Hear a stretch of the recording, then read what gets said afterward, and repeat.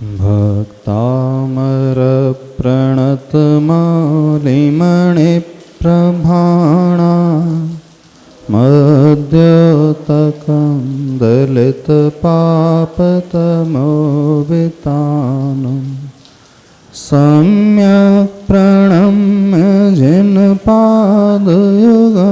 युगादा वालम्बनं भवजले पततां जनानां। देवादिदेव 1008 अतिशयकारी श्री आदिनाथ भगवान की। पूज्याचार्य प्रवर श्री मानतुंग स्वामी जी महाराज की। गुरुनाम गुरु आचार्य भगवान श्री ज्ञान सागर जी महाराज की। संत श्रोमणी आचार्य भगवान गुरुदेव श्री विद्यासागर जी महाराज की।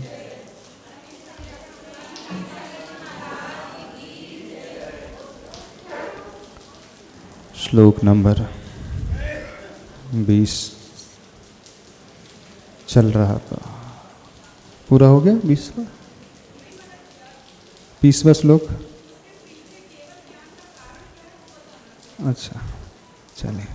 ज्ञानं यथा त्वयि विभाति कृतावकाशं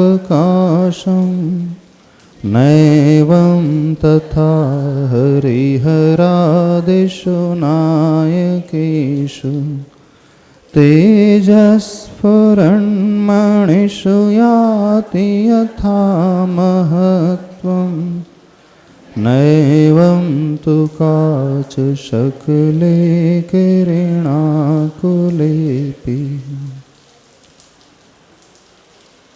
ज्ञान की महत्ता, केवल ज्ञान की विशेषता। प्रभु, आपकी आत्मा में जो ज्ञान उत्पन्न हुआ है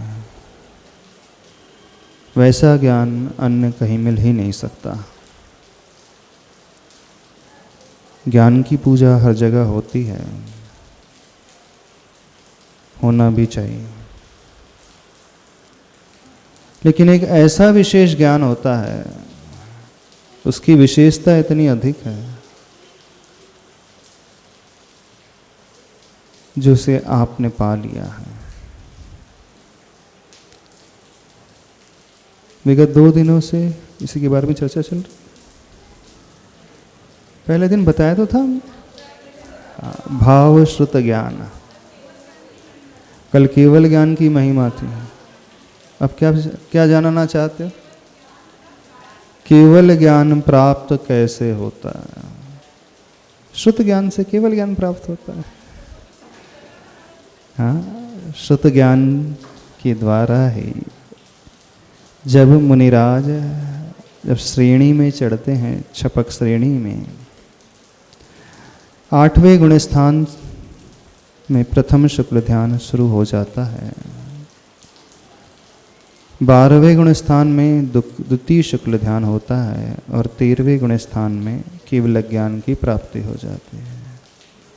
जो प्रथम शुक्ल ध्यान होता है पृथक् वितर्क अविचार शुक्ल ध्यान, दूसरा एकत्व वितर्क विचार शुक्ल ध्यान, तीसरा सूक्ष्म क्रिया प्रतिपाती, चौथा विपरीत क्रिया निवर्ती। तो वे मुनिराज उस शुक्ल ध्यान को ध्या करके केवल ज्ञान प्राप्त कर लेते हैं। सीधा सा तो कारण यही होता है। अब जो शुक्ल ध्यान होता है वो किसे होता है? शुक्ले चाद्य पूर्वविदः, जो पूर्व के ज्ञाता होते हैं, यानी 11 अंग और 14 पूर्व को जो जानते हैं, द्वादशांग के जो ज्ञाता होते हैं वे ही शुक्ल ध्यान को ध्या सकते हैं। अब वह जो द्वादशांग के ज्ञाता होते हैं वो श्रुत केवली माने जाते हैं।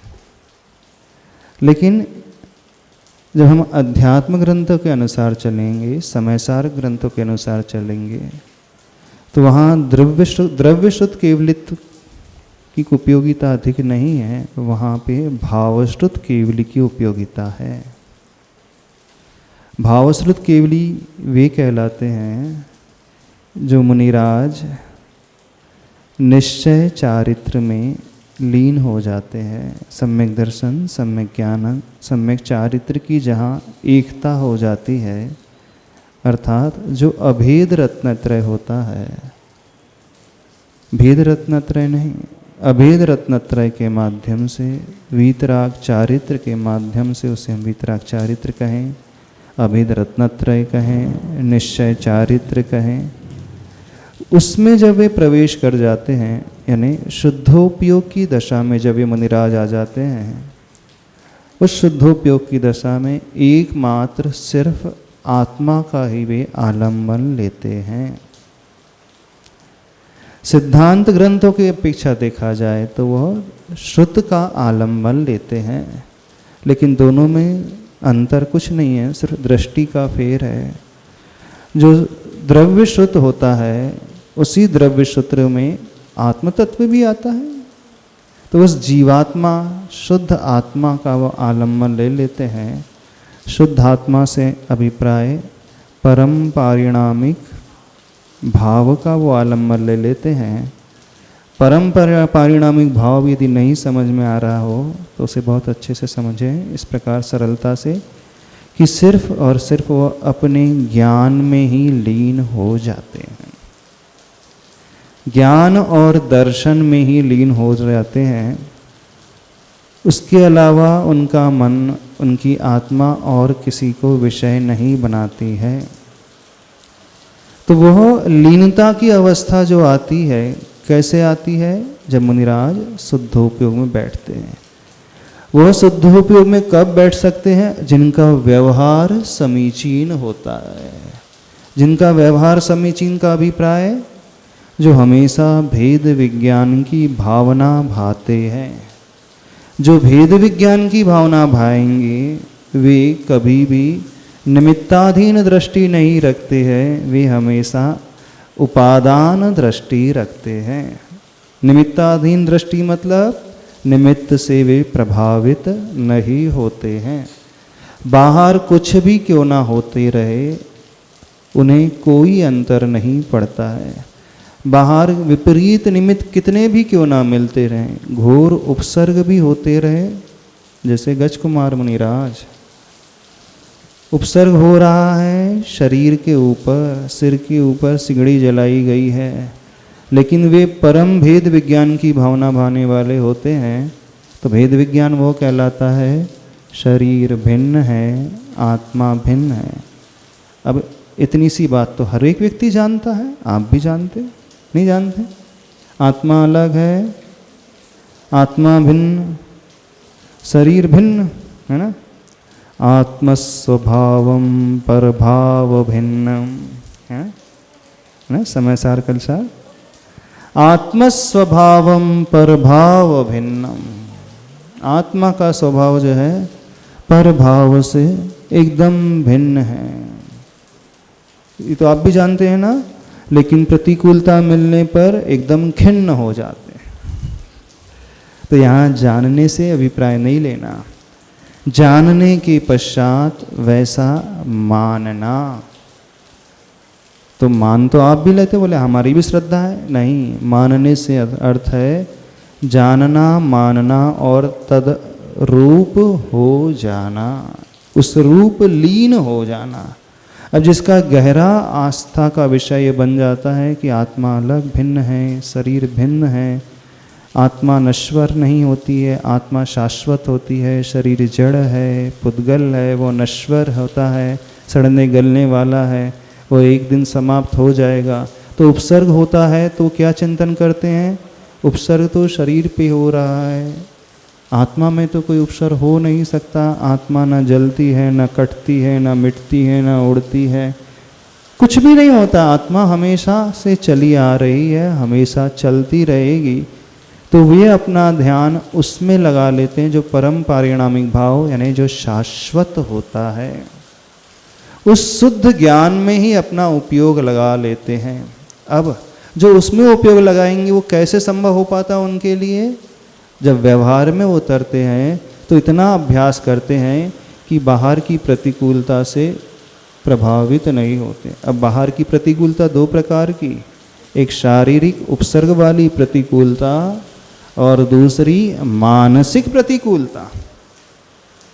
अब देखना, जो भेद विज्ञानी होता है वो मानसिक प्रतिकूलता से भी घबराता नहीं है, उससे कोई फर्क नहीं पड़ता।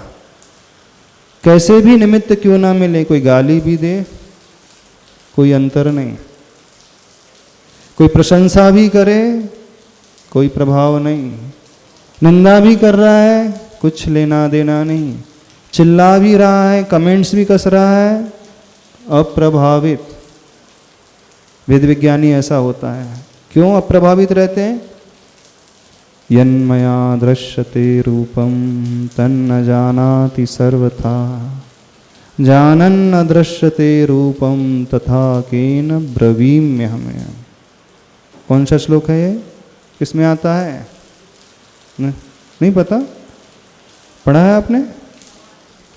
हाँ, समाधि तंत्र एक ग्रंथ है, अध्यात्म का ग्रंथ है, और आचार्य भगवान को ये श्लोक बहुत प्रिय है। यत् मया दृश्यते रूपम, अर्थात जो मेरे द्वारा देखा जा रहा है वह कुछ भी नहीं जानता, और जो जानता है वह दिखाई देता नहीं। हम देखते किससे हैं? इंद्रियों के माध्यम से, शरीर के माध्यम से, अथवा देखते किसे हैं? शरीर को, पर्याय को। तो शरीर कुछ जानता नहीं है, और जो जानता है वह दिखाई देता नहीं है।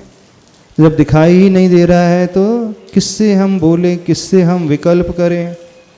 विकल्प उसे होता है जो पर्याय बुद्धि लेकर के चलता है ना। और जो द्रव्य दृष्टि लेकर के चलता है वह कभी भी विकल्प नहीं करता, वो हमेशा निर्विकल्प रहता है। जैसे आपको किसे देख करके राग होता है?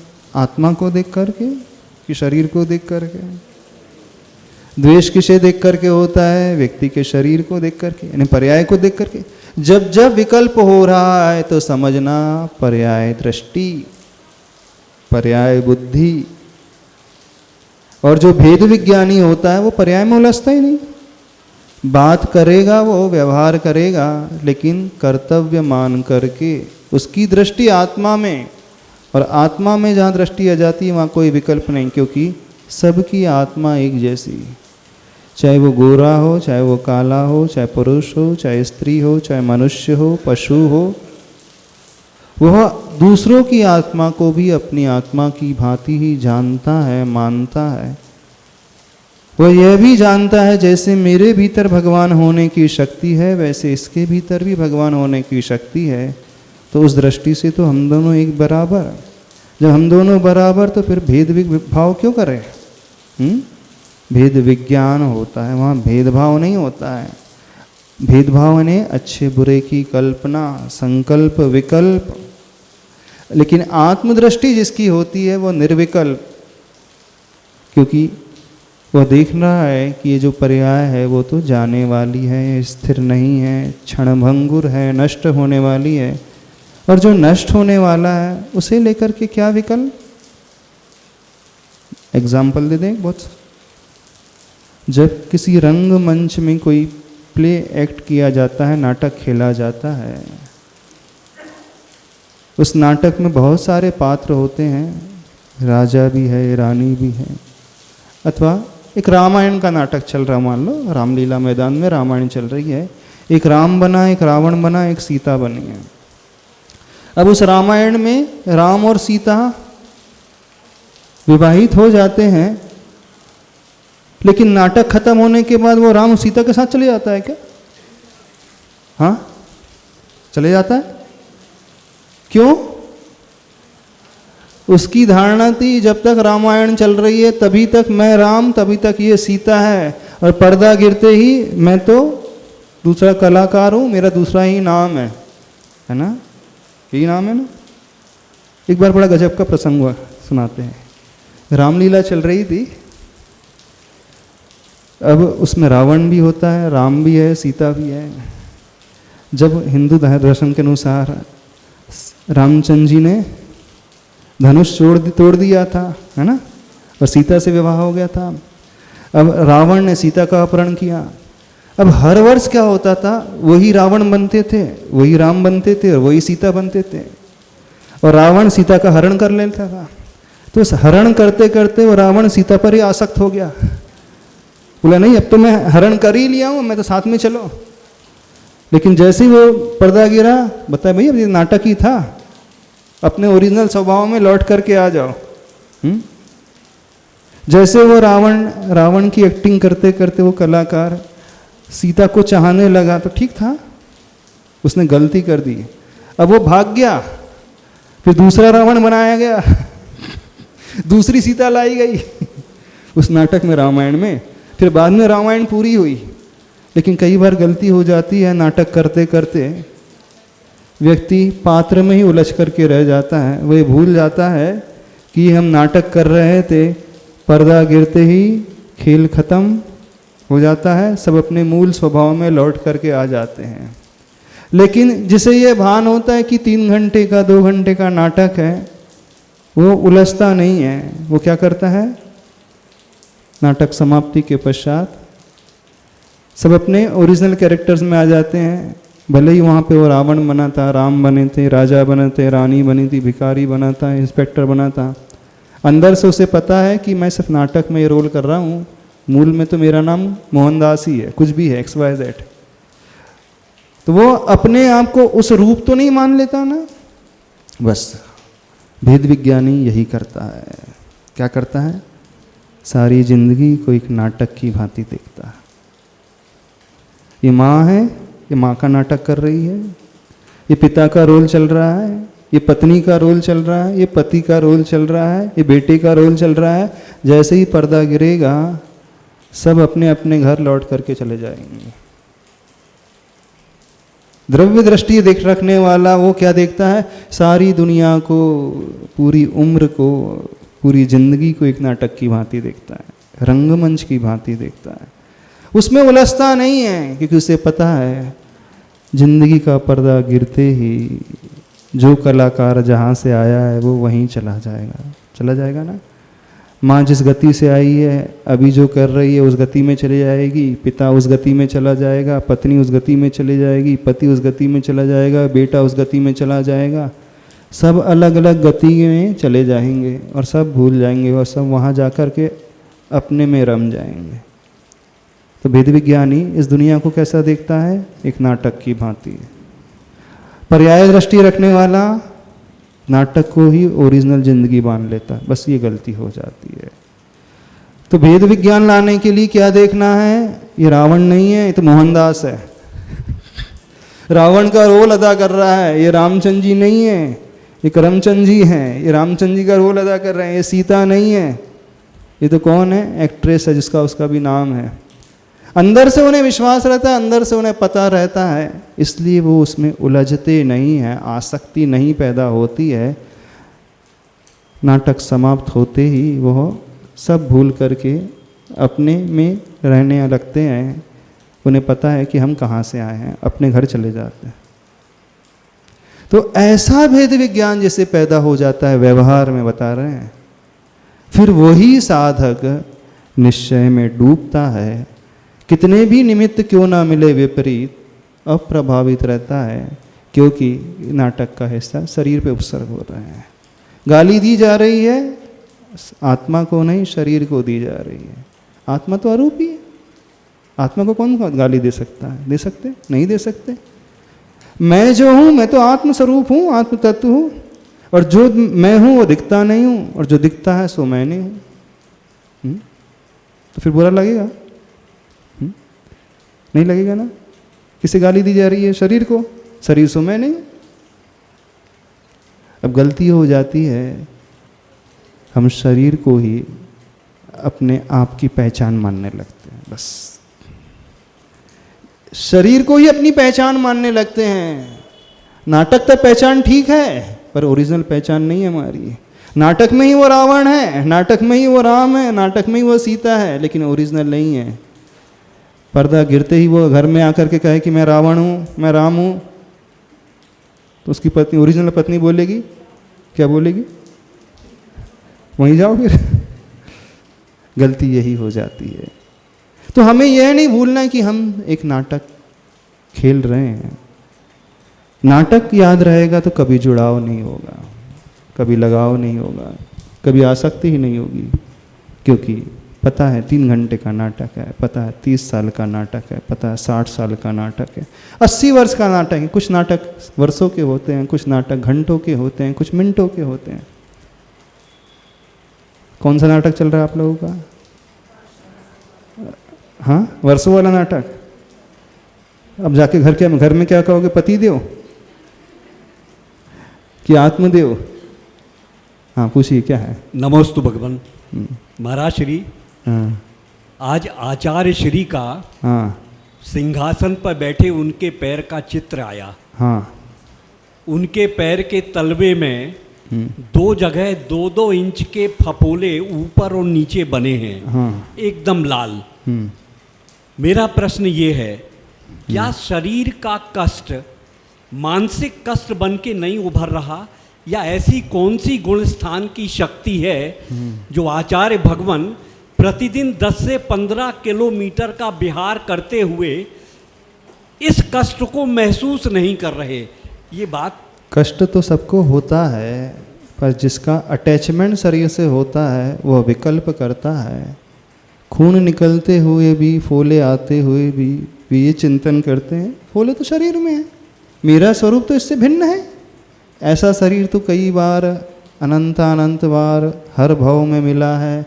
इससे ज़्यादा कष्ट नरकों में झेले हैं इस जीव ने, इससे ज़्यादा कष्ट अन्य गतियों में झेले हैं इस जीव ने। तो फिर ये कष्ट थोड़ी है शरीर को मिलने वाला। और इसी कष्ट को सहन करके समता से कर्मों की निर्जरा होगी, ये धारणा है उनकी। तो उनकी धारणा निर्जरा तत्व पर, उनकी धारणा मोक्ष तत्व पर, उनकी धारणा जो है आत्म तत्व पर, उनका ध्यान उसी ओर लगा है। तो जिसका ध्यान आत्म तत्व पर, निर्जरा तत्व पर अथवा मोक्ष तत्व पर रहता है, वह आश्रव और बंध तत्व पर ध्यान नहीं लाता है। पर्याय दृष्टि वाला जो है आश्रव और बंध तत्व को ही भाता है, उसी को ध्याता है, उसी की चिंता करता है, उसी में लगा रहता है। और जो सही साधक होते हैं, मोक्ष तत्व को भाने वाले, वो कभी शरीर को देखते नहीं हैं, शरीर को एक साधन मान करके ग्रहण करते हैं। शरीरम माध्यम खलु धर्म साधनम, बस इसको इस रूप में ग्रहण करते हैं कि एक निश्चय से धर्म साधन का एक साधन है, इससे अधिक कुछ नहीं। गाड़ी है, अब गाड़ी तो धीरे धीरे डिटीरिएट तो होती है, जीर्ण शीर्ण होती है समय के साथ, एज के साथ, उसमें क्या विकल्प करना। महाराज श्री, हाँ जी, क्या सहन करने की, संघनन की ये शक्ति, हाँ, शरीर पर ध्यान न जाना, हाँ, ये गुण स्थान जैसे गुण स्थान नहीं, ये भेद विज्ञान की भावना से आती है। जिसका भेद विज्ञान जितना मजबूत होता है, वो तो सिगड़ी जल रही है तो भी कोई फर्क नहीं पड़ रहा उससे। कैसे मजबूत हो गया? उन्होंने इसे अपना माना ही नहीं ना। हाँ, जैसे आप किसी होटल के रूम में रुकते हो और वहाँ गंदगी हो जाती है, दीवार में दाग लग गए हैं, तो आपको दुख होता है? आप ही के द्वारा दाग लग गया, तेल के हाथ लग गए, निशान लग गए, क्यों?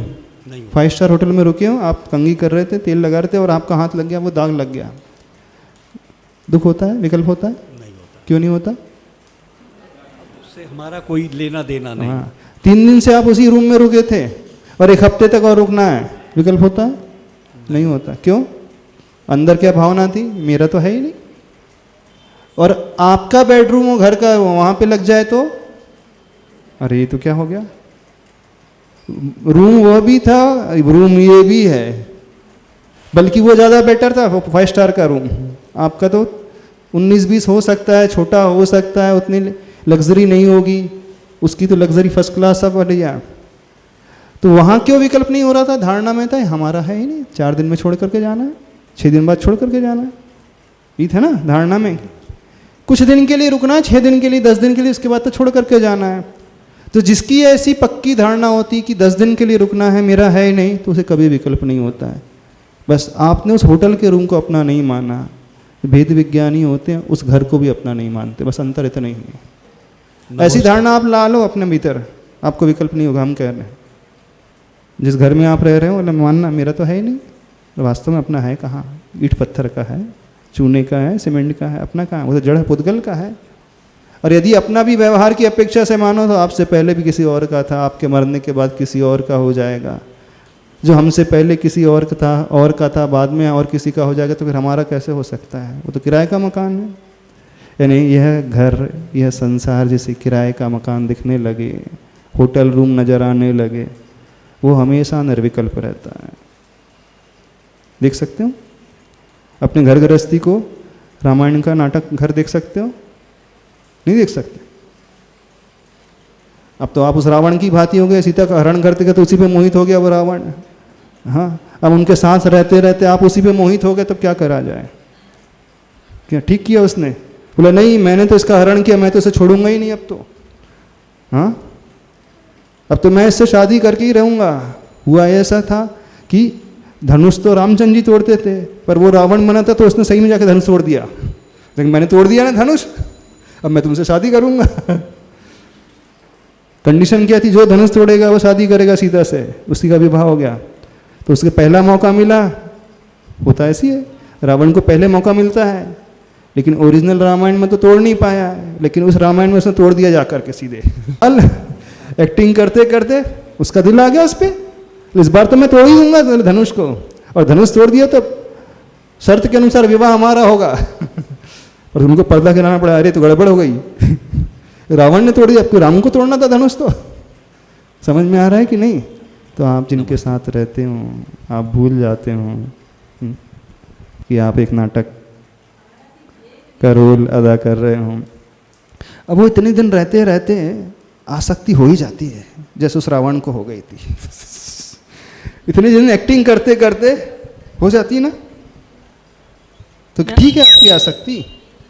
नमस्ते महाराज जी। महाराज जी, भेद विज्ञान में पूर्व के संस्कार भी काम करते हैं। इधर आ जाओ, स्पीकर से आगे आ जाओ और आगे आके बोलो। पूर्व के संस्कार ही काम करते हैं या वर्तमान के? पूर्व का संस्कार काम करता है भेद विज्ञान में कि वर्तमान का पुरुषार्थ। कार्य अपने दो कारणों से मिलने से होता है, एक उपादान कारण और एक निमित्त कारण। पूर्व का कर्म का उदय हमारे जीवन में निमित्त कारण होता है। वर्तमान का पुरुषार्थ जो हम कर रहे हैं, जो भाव अपने भीतर कर रहे हैं, वो हमारा उपादान कारण होता है। अब जिसका उपादान कारण निमित्त कारण पर हावी हो जाएगा, यानी पुरुषार्थ अतीत के कर्मोदय पर हावी हो जाएगा, तो वह बाजी जीत जाएगा। और जिसका निमित्त कारण वर्तमान के पुरुषार्थ पर हावी हो जाएगा, तो वो हार जाएगा। अब निर्णय हमें करना है कि हम निमित्त को प्रधान बनाना चाहते हैं कि अपने उपादान को प्रधान बनाना चाहते हैं। बैठ जाओ, कुछ नहीं। हाँ, क्या बनाना, किसे बनाना चाहते हैं? हाँ, अब वो साथ रहते रहते इतने आदी हो गए हैं कि वो जिसे छोड़ना था उसी को अपना लिया है। तुम रावण हो, वो सीता है, तुम्हें उससे शादी नहीं करना है। लेकिन अब क्या करें महाराज जी, साथ रह रहे इतने सालों से तो हो ही गया, लगाव हो गया। ये गलती हो जाती है। तो भेद विज्ञानी ये लगाव नहीं करता है। क्यों नहीं करता है? क्योंकि उस दिन भी यही सोचता है 3 दिन बाद छोड़ करके जाना है, होटल रूम की भांति। वो ये सोचता है 30 साल बाद छोड़ करके जाना है। यदि आपको वो 1 साल के लिए होटल रूम दे दिया जाए तो फिर लगा हो जाएगा। हाँ, हो जाएगा। ये अपनी गलती है यदि हम उससे लगाव कर रहे हैं तो। क्यों कर रहे हैं? जो अपना है ही नहीं उससे क्या लगाव करना, उससे क्या आसक्ति करना चाहिए आसक्ति। हाँ, आसक्ति तो उससे करनी चाहिए जो अपना हो। और जो अपना होता है वो कभी दगा नहीं देता, कभी छूटता नहीं, समझना। और जो छूट जाता है वो कभी अपना नहीं होता है। तो क्या है जो हमसे कभी नहीं छूटता? हमारा ज्ञान स्वभाव, हमारा दर्शन स्वभाव हमसे कभी छूट नहीं सकता, वो शाश्वत है।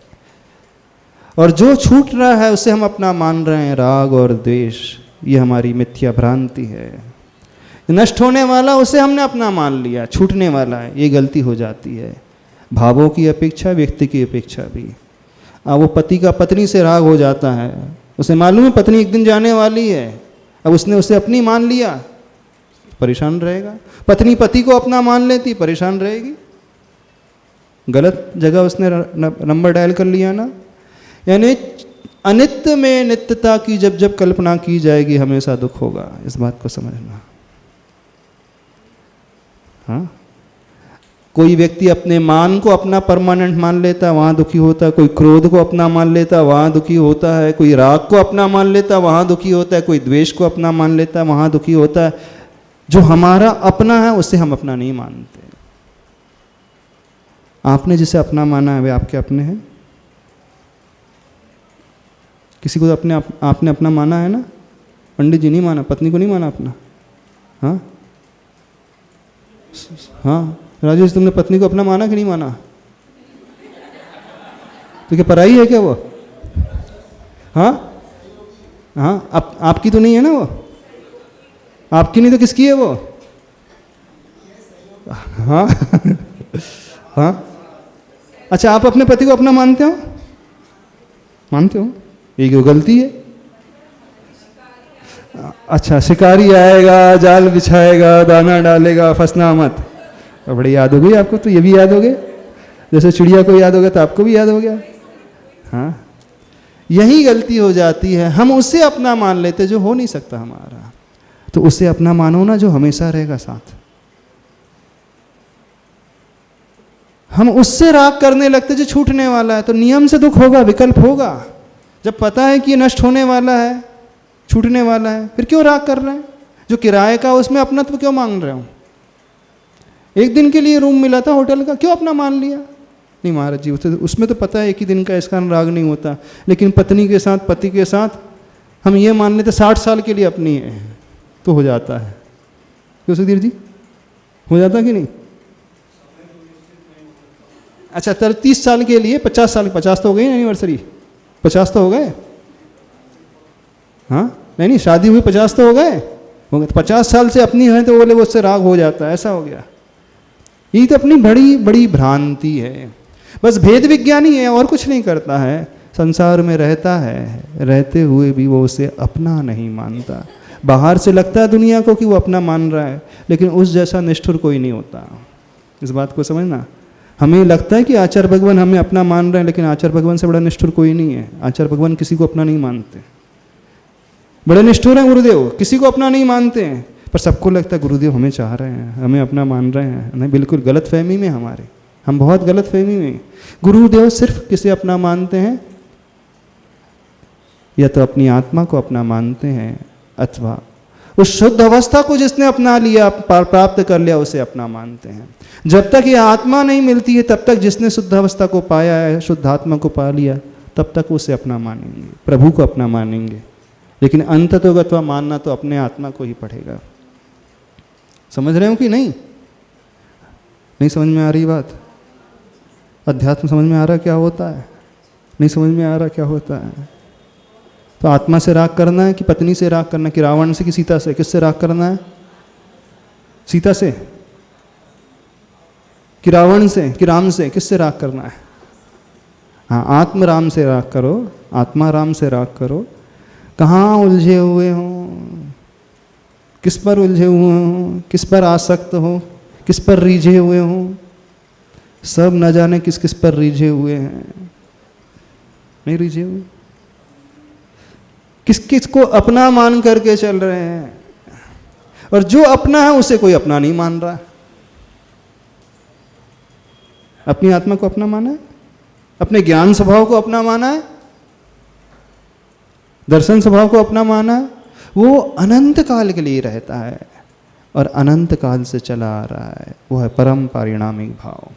तो वे मुनिराज उस आत्मा का ध्यान करते हैं, यानी आत्मा के उस ज्ञान स्वभाव का ध्यान करते हैं, दर्शन स्वभाव का ध्यान करते हैं। कभी भी वो राग और द्वेष करते ही नहीं। शरीर को लेकर नहीं करेंगे, किसी व्यक्ति विशेष को लेकर के नहीं करेंगे, किसी बात विशेष को लेकर, किसी शब्द विशेष को लेकर उन्हें विकल्प ही नहीं होगा। क्योंकि जितने भी हैं पुद्गल की पर्याय हैं, वे सब क्षणभंगुर हैं, नष्ट होने वाली हैं, छूटने वाली हैं। ये छूटने वाली, फिर उससे क्या विकल्प करना? बड़ा सरल है कि नहीं? नहीं, निर्विकल्प होना कितना सरल है। तो हो जाएंगे सब लोग निर्विकल्प? नहीं होंगे निर्विकल्प होना। छोड़ दो अपने पति को, हम कह रहे हैं छोड़ दो अपने पति को, पत्नी को भी छोड़ दो, बुद्धि से तो छोड़ो, दृष्टि से तो छोड़ो, कम से कम रहो साथ ही में, लेकिन दृष्टि में तो ये भाव लाओ कि ये आत्म तत्व है, मैं दूसरा आत्म तत्व हूं। एक आत्मा दूसरी आत्मा का कैसे हो सकती है? हो सकती है? हाँ, भले एक ही स्थान में रह रहे हैं, लेकिन सबकी आत्मा पृथक पृथक, भिन्न भिन्न, सबका सुख पृथक पृथक, भिन्न भिन्न। उसी क्षेत्र में रहते हुए भी कोई किसी से इंडल्ज नहीं हो रहा, और आप दूर दूर रहते हो और एक दूसरे में इंडल्ज हो जाते हो, इतने ज्यादा मोहित हो जाते हैं दूर दूर। सामने देखने में आ रहा है दो व्यक्ति हैं, पृथक पृथक, भिन्न भिन्न हैं, भिन्न में अभिन्नता की कल्पना, तब गजब हो जाता है। कथनचित शरीर और आत्मा अभिन्न है, उसमें अभिन्न मान ले तो चल जाए, लेकिन पति अलग है, पत्नी अलग है, दोनों की आत्मा अलग है, दोनों का शरीर अलग है, लेकिन क्या कहते हैं? क्या बोलते? दो शरीर एक जान, क्या बोलते हैं? यानी जो पृथक देखने में आ रहा है, भिन्न भिन्न है, वहां एकता की कल्पना, इससे बड़ी भ्रांति क्या होगी? क्यों डॉक्टर साहब आप बता दो, क्या आप उस रूप हो सकते हो कभी? वो आपकी रूप हो सकती है कभी? नहीं हो सकते। जब हो ही नहीं सकते तो क्यों हम विकल्प कर रहे हैं? तो जो किराए के मकान को समझ लेता है, सराय को समझ लेता है, अथवा इस दुनिया को एक रंगमंच की भांति, नाटक की भांति समझ लेता है, उससे ज़्यादा विकल्प होते ही नहीं, वो बहुत जल्दी निर्विकल्प हो जाता है। तो भेद विज्ञानी यही धारणा बनाते हैं और कुछ नहीं धारणा बनाते, और इसी धारणा के बलबूते पर वे द्रव्य श्रुत से भावश्रुत केवली को पाते हैं, भावश्रुत केवली की भावना भाते हैं, यानी वही दर्शन, वही ज्ञान, वही चारित्र, उसी में वो लीन हो जाते हैं। तो वो भावश्रुत केवली कहलाते हैं, और उसी के माध्यम से केवल ज्ञान की वो प्राप्ति करते हैं। समझ रहे हो? नहीं समझ रहे हैं? तो यहाँ उस ज्ञान की गुणगान गाए जा रहे हैं, केवल ज्ञान के, जो उन्होंने पाया है, लेकिन पाया उस भेद विज्ञान के बलबूते पर। अब क्या करना है? क्या करना है? भेद विज्ञान। तो अपने घर में जाकर के बोल देना है, नाटक खेलते खेलते बहुत दिन हो गए, बहुत साल हो गए, कम से कम धारणा तो लाओ, सोचो तो सही इस बात को। सोचता भी नहीं व्यक्ति, कभी विचार भी नहीं लाता, यानी हम भावना ही नहीं भाएंगे तो फिर इससे ऊपर उठ ही नहीं पाएंगे। तो भावना पहला कदम होता है, ऐसी भावना, भेद विज्ञान की भावना पहली सीढ़ी होती है, फिर वही भावना उस रूप फलित हो जाती है, पल्लवित हो जाती है। पहले तो भेद विज्ञान होता नहीं, तन्मय उस रूप होता नहीं, पहले भावना भाता है। इस कारण कहा जाता है भावनाओं भाव, बार बार उसका चिंतन करो, मुहुर मुहुर चिंतन करो, वही अनुप्रेक्षा कहलाती है, वही भावना कहलाती है, और वही उसे उतना ऊपर लेकर के जाती है। एक एक्सरसाइज देते सबको, हाँ, सभी लोग उस व्यक्ति का नाम लिखना जिससे सबसे ज़्यादा आपको आसक्ति है, जिससे सबसे ज़्यादा आप चाहते हैं, जिसके बिना आप रह नहीं पाओगे। कौन है? पति, पुत्र। यदि उसे कुछ हो जाए तो आपको भी कुछ होने लगे, यदि उसका एक्सीडेंट हो जाए बेटे का तो आपकी हार्ट बीट नहीं बढ़ेगी? हार्ट बीट बढ़ेगी। अच्छा, वैसा तो नहीं होगा, लक्ष्मण जैसा नहीं होगा। लक्ष्मण ने सुना रामचंद्र जी नहीं रहे, ही राम, बस गया, लक्ष्मण चला गया, है ना? ऐसी तो गहरी आसक्ति किसी की नहीं है, इतना नहीं चाहते अपने पति को। हाँ, इतना नहीं चाहते अपने पति को, अपनी पत्नी को इतना नहीं चाहते। ऐसा प्रेम नहीं है भाई भाई में, पिता पुत्र में, पति पत्नी में, राम लक्ष्मण जैसा प्रेम था तो राम लक्ष्मण में। लक्ष्मण ने सुना रामचंद्र जी चले गए, देव ने परीक्षा की थी ना, पढ़ा पद्म पुराण ग्रंथ, जैन रामायण पढ़ी है। देव परीक्षा करने के लिए आए थे, स्वर्गों में चर्चा चल रही थी, यदि प्रेम देखना है तो राम और लक्ष्मण का देखो, दोनों एक दूसरे के बिना रह नहीं सकते। देवों को विश्वास नहीं हुआ, ऐसा भी हो सकता है। दो भाइयों में इतना प्रेम, परीक्षा करने के लिए आए थे। क्या विक्रिया के माध्यम से पूरे महल में मातम फैला दिया, सारे रो रहे हैं, विलाप कर रहे हैं, सारी रानियां रो रही हैं। और लक्ष्मण आते हैं, क्रंदन को सुनते हैं, माहौल को देखते हैं, पूछते हैं क्या हुआ। वो देवता तुरंत कहते हैं रामचंद्र जी इस दुनिया में नहीं रहे।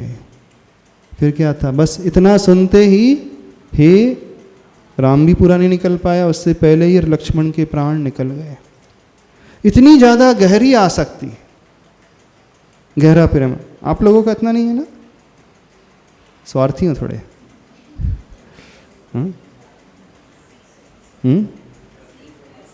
इतना प्रेम नहीं है। अच्छा, कलयुग है, हो ही नहीं सकता, सबको अपने अपने स्वार्थ लगे हैं।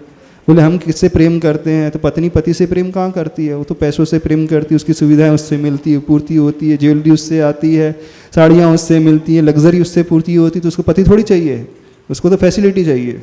सही बता। अच्छा, सही बताना। यदि पति का वियोग हो जाए तो आप लोग क्यों रोगे? अब कौन संभालेगा आपको, या आपकी सुविधाओं को कौन पूर्ति करेगा? कौन भोजन ला करके देगा, कौन पैसे देगा, कौन घर की व्यवस्थाओं को पूर्ण करेगा, कौन बच्चों को पढ़ाएगा, बच्चों की फीस कहाँ से आएगी? पति के लिए नहीं रोता है व्यक्ति। देखना, बड़ी कड़वी बात बता रहे हैं। पति के लिए विलाप नहीं करती पत्नियाँ, किसके लिए करती हैं? हमारी सुख सुविधाएं कैसे पूर्ण हो पाएंगी। अंदर से यही भाव होता है, इसलिए रोती हैं वो। माँ भी रोती है तो इसलिए रोती है, बेटा चला गया इस कारण नहीं रोती। यदि युवावस्था में बेटा चला जाए, बेटा चला गया इस कारण नहीं रोती है। किस कारण रोती है? यही तो एक कमाऊ पूत था जो घर को संभाल रहा था, अब घर में कैसे चलेगा? बेटे का गम नहीं है, किसका दुख हो रहा है? घर कैसे चलेगा, फाइनेंशियल नीड्स कैसे फुलफिल होगी। पत्नी यदि चले जाए युवावस्था में तो पति क्यों रोता है? आपसे पूछ रहे हैं। यदि आप विधुर हो जाओ, जल्दी विधुर हो जाओ तो क्यों रोगे? भोजन कौन बना करके देगा, घर कौन चलाएगा, और सेवा कौन करेगा, और आपकी फिजिकल नीड्स कौन फुलफिल करेगा? कड़वी बात बोल रहे हैं, इसीलिए रोगे। यही है ना। किसी को पत्नी से प्रेम नहीं है, समझना, असलियत सुन लो सब लोग ध्यान से। कोई पत्नी को नहीं चाहता, कोई पति को नहीं चाहता, कोई पुत्र को नहीं चाहती, कोई माँ को पिता को नहीं चाहता है। सबको अपनी अपनी सुविधाओं की चाह है। कहने में आता है उन्हें विकल्प हो रहा है, माहौल एकदम गमगीन हो गया है, बड़ा दुखी हो रहे हैं सभी लोग, बड़े विलाप कर रहे हैं। किस लिए विलाप कर रहे हैं? धीरे से पूछ तो लो। यदि धीरे से कह दिया जाए चला गया पर 50 लाख की एफडी छोड़ के गया, आपको पता ही नहीं था, तो फिर अभी तो आपको पता नहीं था 50 लाख की एफडी छोड़ करके गए थे वो उसका फ्रेंड आकर के बताता चिंता नहीं कर 50 लाख की एफडी छोड़ करके गए, मुझे मालूम है। फिर आपका रोना धीरे से कम हो जाएगा। चलो देख लें, सही बोल रहे हैं। 50 लाख की है, ब्याज आता रहेगा 50,000, चिंता नहीं करना। अच्छा 50,000 आता रहेगा, फिर तो चलेगा। अब ठीक है, अब उम्र के साथ तो जो आता है सबको जाना ही होता है, संसार का नियम है, कोई यहाँ पर परमानेंट नहीं है। अब जाता है, क्या करें? फिर ज़्यादा विकल्प भी नहीं करना चाहिए, उससे राग द्वेष होगा, फिर विकल्प होंगे, उससे कर्म का बंध होगा। तो हमने बहुत स्वाध्याय किया है, महाराज जी ने बहुत सिखाया कि कर्म बंध नहीं करना चाहिए, इस कारण हम लोग ज़्यादा विकल्प नहीं कर रहे। बिल्कुल ऐसी एक्टिंग हो जाएगी कि नहीं? एक्टिंग ऐसी होगी कि नहीं? बिल्कुल। तो आप किसे चाह रहे थे? पति को चाह रहे थे? कड़वा सत्य है, बिल्कुल कड़वा सत्य है, जान लो। कोई किसी को नहीं चाहता है, कहने में आता है आप उसके बिना नहीं रह सकते। यदि आपकी ज़रूरतें कोई दूसरा पूर्ति करने लगे तो फिर आपको विकल्प ही नहीं होगा। हो जाएगा। 2 बेटे हैं मान लीजिए, एक कमाऊ है पूत, दूसरा नहीं कमाता है।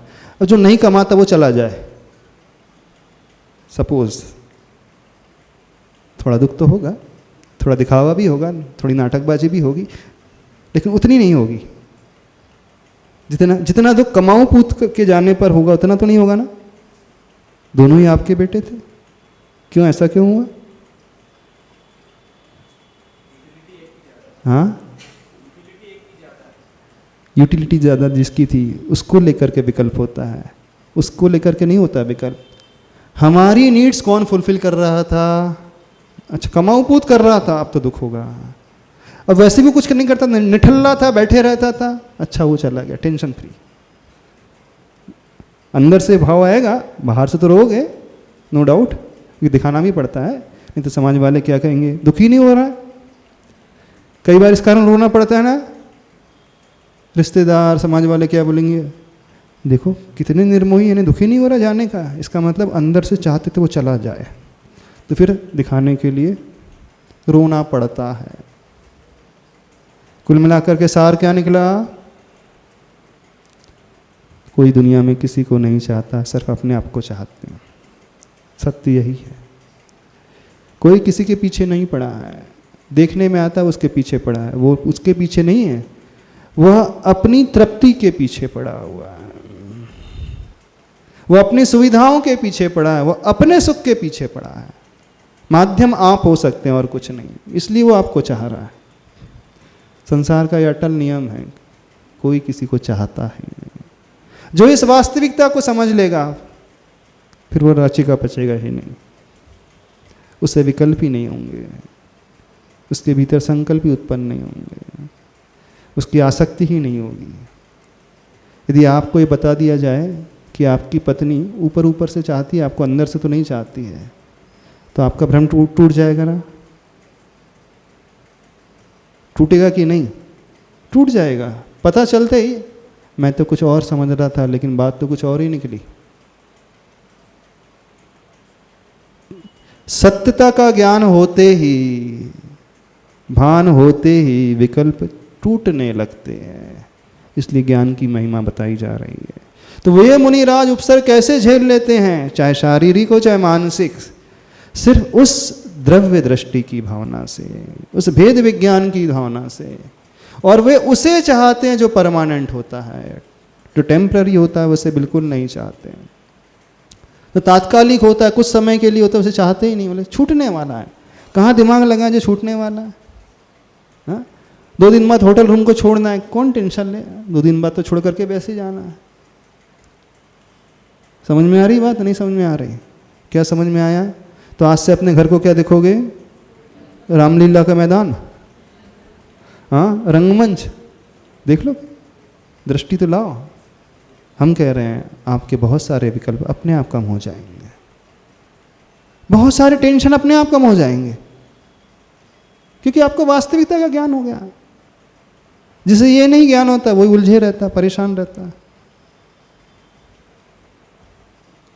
कुछ गलत कहा हमने? अच्छा, अपने पति से पूछना, कह दे आप मुझे चाहते हो कि मेरे शरीर को चाहते हो? पूछ लेना धीरे से जा करके, पूछ सकते हो। अपने बेटे से पूछ लेना, तुम मुझे चाहते हो कि मेरी दौलत को चाहते हो, प्रॉपर्टी को चाहते हो? पूछ लेना धीरे से। अपनी पत्नी से पूछना धीरे से, मुझे चाहती हूँ कि मैं तुम्हारी सारी नीड्स फुलफिल कर रहा हूँ, उसे चाहती हूँ? क्या बोले? दोनों को? नहीं। पहचानो तो सही, सत्यता को पकड़ो तो सही। क्यों आंख बंद करके रह रहे हो? तो एक्सरसाइज हमने क्या दी है?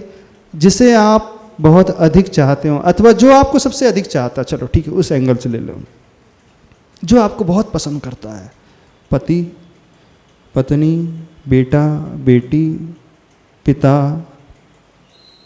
कोई भी मित्र, वास्तव में आपको चाहता कि कुछ और चाह रहा है? असलियत निकालो, भ्रम टूट जाएगा। क्या हुआ? संसारी जब ऐसा कहें संसार ऐसी है क्षणभंगुर, तो किसी को समझ में नहीं आता। बहुत सुन लिया सब लोगों ने, संसार क्षणभंगुर है, अनित्य भावना, राजा राणा छत्रपति, हाथ इनके असवार, मरना सबको एक दिन, अपनी अपनी बार, गाते गाते बरसों निकल गए। कोई फर्क पड़ा? पूछना किसको फर्क पड़ा? नहीं फर्क पड़ा किसी को। अब हम जो तरीका बता रहे हैं वो तरीका करके देखना। लिखो, लिखो कौन आपको चाहता है, आप किसे चाहते हो, वो आपके किस रूप को चाह रहा है। कुछ लोग तो हिम्मत भी नहीं कर पाएंगे, क्योंकि उन्हें पता है बहुत बड़ा भ्रम हमारा टूट जाएगा, इस कारण हमें भ्रम में ही जीने दो। हाँ?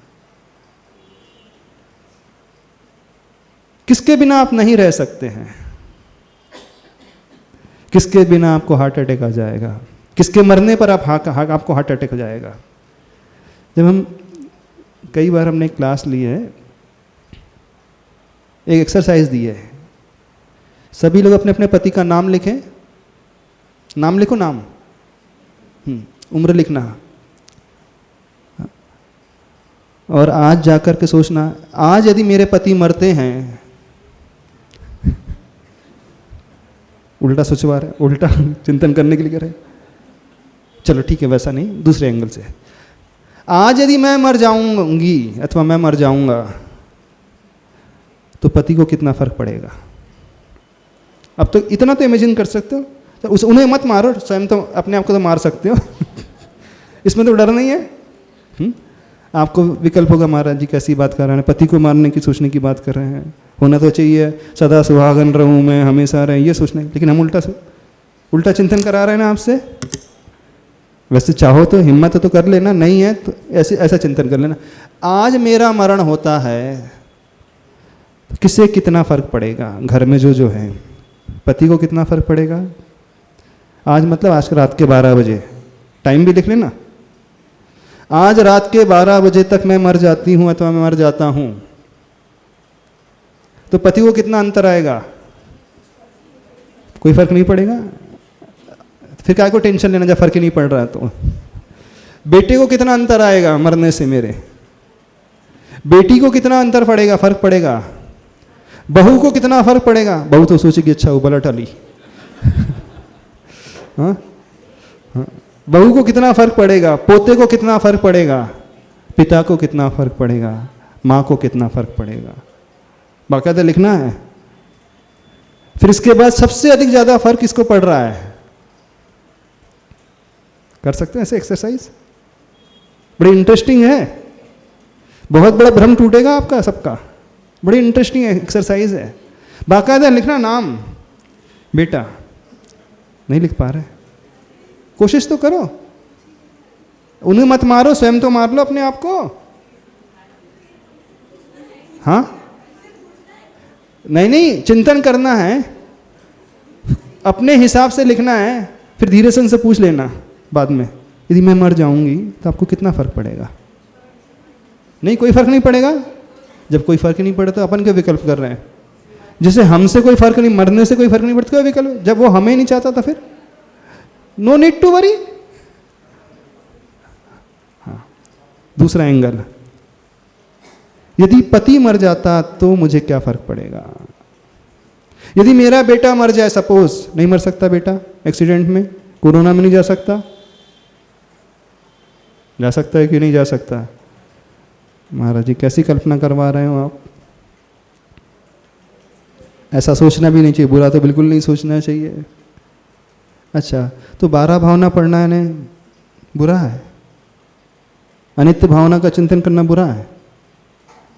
अनित्य भावना क्या कहती है, कहाँ गए चक्री जिन जीता, सूरज चांद छिपे निकले ऋतु फिर कर आवे, प्यारी आयु ऐसी बीते पता नहीं पावे, यही तो अनित्य भावना है ना।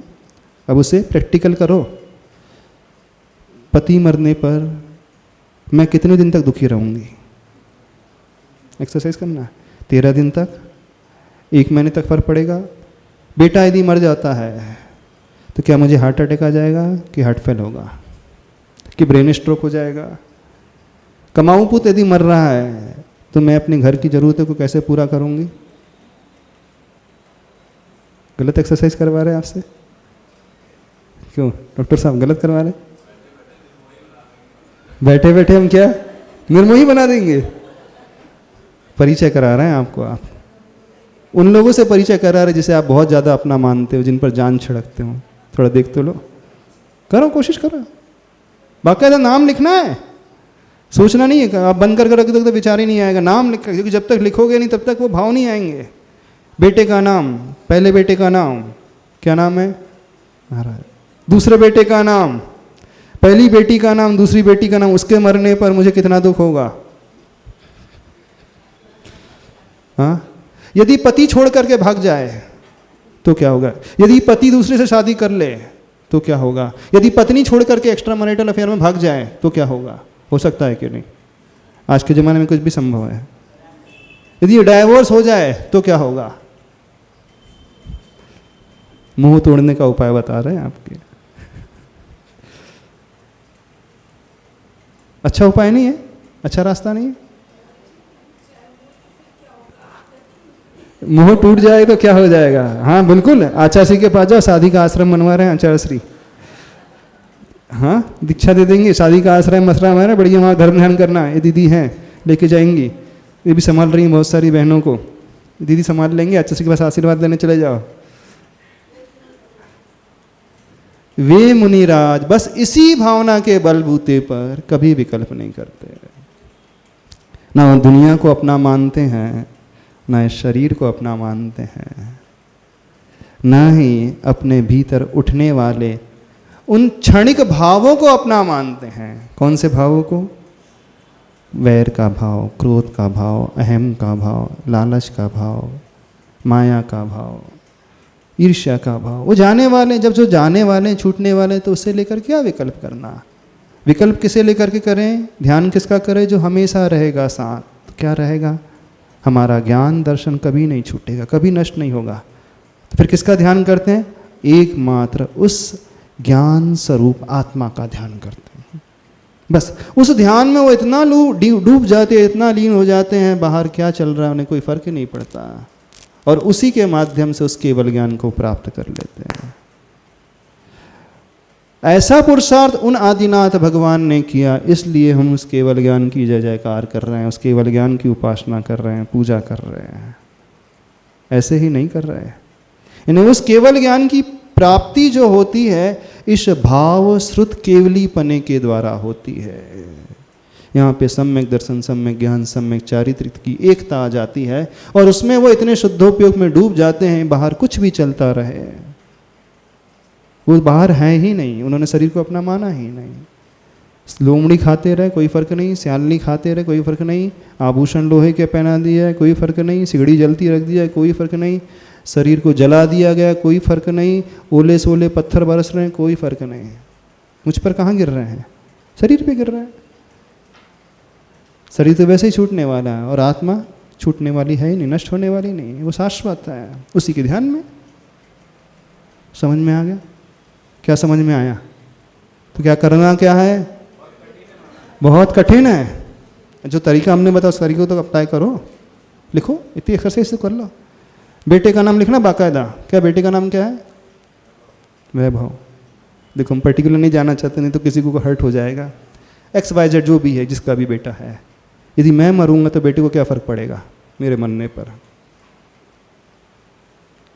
और इन केस बेटी अथवा बेटा मर जाएगा तो मुझे कितना फर्क पड़ेगा?